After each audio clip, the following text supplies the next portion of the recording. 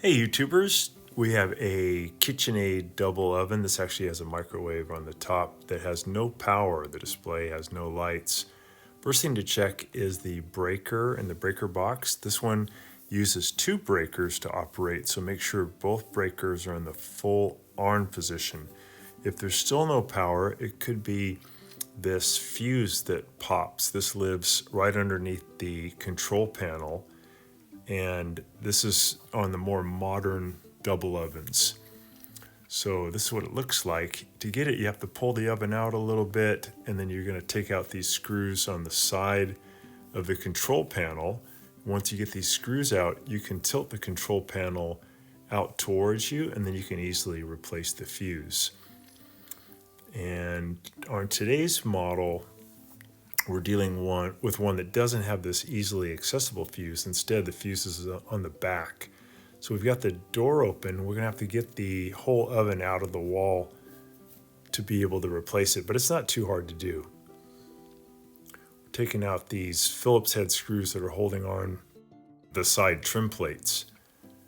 So once we get those out, I'm gonna pull the trim at the bottom out toward me slightly, and then I'm going to pull down to have it come out of its little slot there at the top. That's the one on the right side.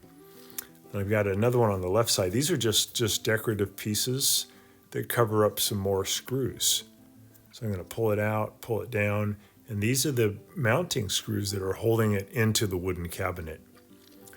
So they're just hiding behind these plastic pieces, and we have to get these plastic trim pieces out and then pull down to get them out to expose the mounting screws.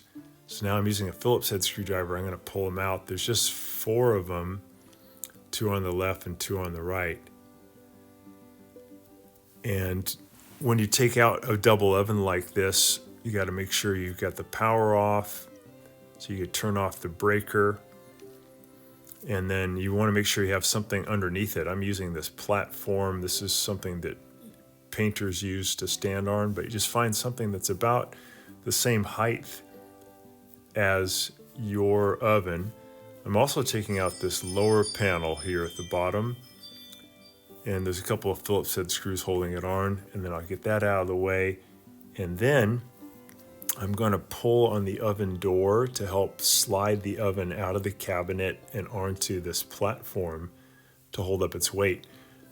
Doing that, you can actually do this whole thing with just one person. We're using 2 today, but you could do it just yourself. Just be careful here because you don't want this oven to fall. Make sure it is supported really well.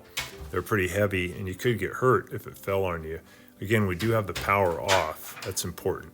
So we're just wiggling it out of the cabinet onto the platform.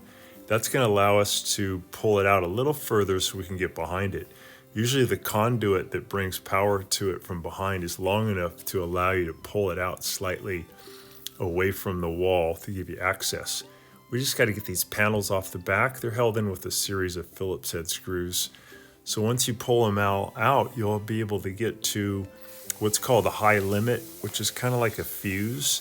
And if your oven gets too hot, that fuse can pop. And if it pops, you either won't get heat, or in some cases you won't get even the display to turn on. Like basically it's like the power's turned off. So then we have another panel here above the panel we just took off. We're going to get that one off, and we're going to use our multi-tester to test for continuity. That one had continuity, so that's good. That's one on the microwave. This one here, this black thing with the yellow wire attached, that's another one we tested, and that one did have continuity also.